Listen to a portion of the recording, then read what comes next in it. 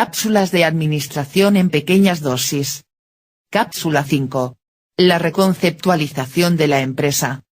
La revolución industrial ocurrió en los Estados Unidos hasta el siglo pasado. A medida que las empresas industriales crecieron en número y en tamaño se hizo evidente la necesidad de un modelo conceptual. No debemos asombrarnos si el que surgió fue el correspondiente al concepto del mundo que prevalecía por aquel entonces. Newton vio al mundo como una máquina creada por Dios para realizar su trabajo. La función del ser humano, como parte de esa máquina, fue la de servir la voluntad de Dios.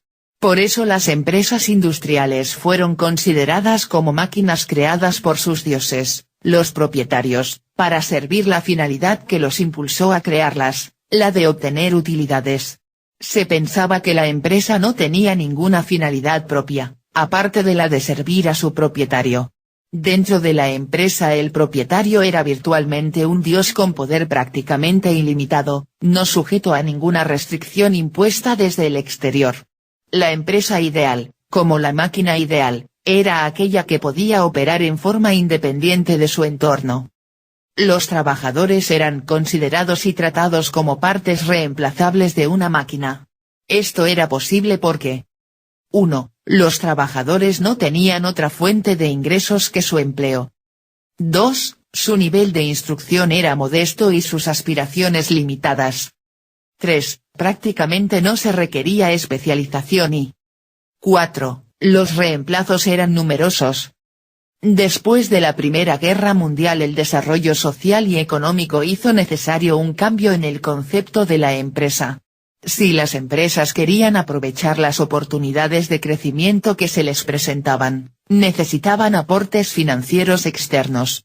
Los propietarios tuvieron que elegir entre retener el control absoluto y restringir el crecimiento, o compartir la propiedad para obtener los recursos necesarios para crecer lo más rápido posible.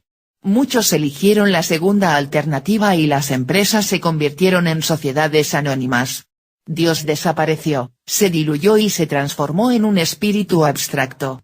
Tal como ocurrió cuando el Dios del mundo occidental desapareció 20 siglos atrás, surgió un clero, la gerencia, para servir de intermediario entre los trabajadores y Dios.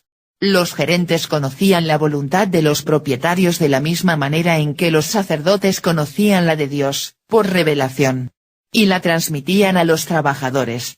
Mientras tanto el nivel de instrucción de los trabajadores mejoró, así como el nivel de protección por parte de los sindicatos. Apareció el concepto de seguridad social, y se hizo más difícil sustituir un trabajador por otro, debido a la mayor especialización que se requería. No se trató más a los trabajadores como partes reemplazables de una máquina. Estas condiciones apuntaron a que la empresa fuera reconceptualizada como una corporación, nombre este que deriva de corpus, esto es, un organismo. Como todos los organismos, las corporaciones tuvieron una finalidad propia predominante, sobrevivir, para lo cual el crecimiento era considerado esencial. Como dijo Peter Drucker, la utilidad pasó a ser para la empresa como el oxígeno para el ser humano, necesaria para su supervivencia, pero no su razón de existir. El gerente general fue la cabeza de la empresa, y los gerentes su cerebro. Los departamentos fueron considerados como órganos del cuerpo y los trabajadores como células. La salud de los empleados y su seguridad fue objeto de preocupación, lo que se reflejó en las leyes laborales y en los contratos colectivos. El entorno era considerado como una fuente de recursos que se autorrenovaba, sin finalidad propia, y que también podía servir como receptor de desechos. La Segunda Guerra Mundial y una nueva generación de trabajadores criados en un ambiente permisivo, instruidos y socialmente protegidos generaron un nuevo cambio. La administración pública así como determinados grupos tales como los ecologistas y los defensores de los consumidores comenzaron a demandar de las empresas un comportamiento más responsable.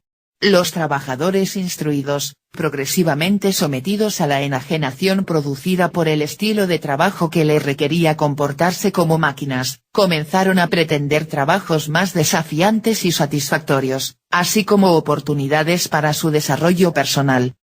Todo esto desembocó en una nueva reconceptualización de las empresas industriales, ahora se veían como sistemas sociales. Una empresa considerada como un sistema social es, 1, parte de un sistema social más grande, la sociedad, que tiene sus finalidades propias y 2, engloba a individuos que también tienen finalidades propias. Evidentemente la finalidad de una empresa se está volviendo la de satisfacer las necesidades y deseos de todos sus participantes y no solo de sus accionistas.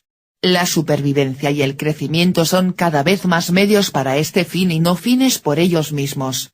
Cuando una empresa incrementa su capacidad y deseo de servir a sus participantes, se desarrolla. El desarrollo es visto cada vez más como la finalidad más apropiada para una empresa. Esta visión de la empresa, sistémico-social y orientada hacia el servicio, es completamente diferente de la visión organística de una entidad servida por un entorno pasivo y por sus participantes. Hoy los empleados, incluyendo a los gerentes, se sienten cada vez más como los que han hecho la mayor inversión en la firma y, por tanto, como sus más importantes participantes. Desde el punto de vista de la sociedad, las empresas son instrumentos para producir y distribuir la riqueza, principalmente por medio del empleo. Por lo tanto, la creación de puestos de trabajo es una de sus más importantes responsabilidades sociales. ¿Cuál es el significado de la evolución de la concepción de las empresas industriales? Este es, una sociedad que ve y trata a las empresas como sistemas sociales y como instrumentos para servir los intereses de sus participantes. Las empresas que son dirigidas como si fueran máquinas u organismos no conseguirán ni sobrevivir ni crecer.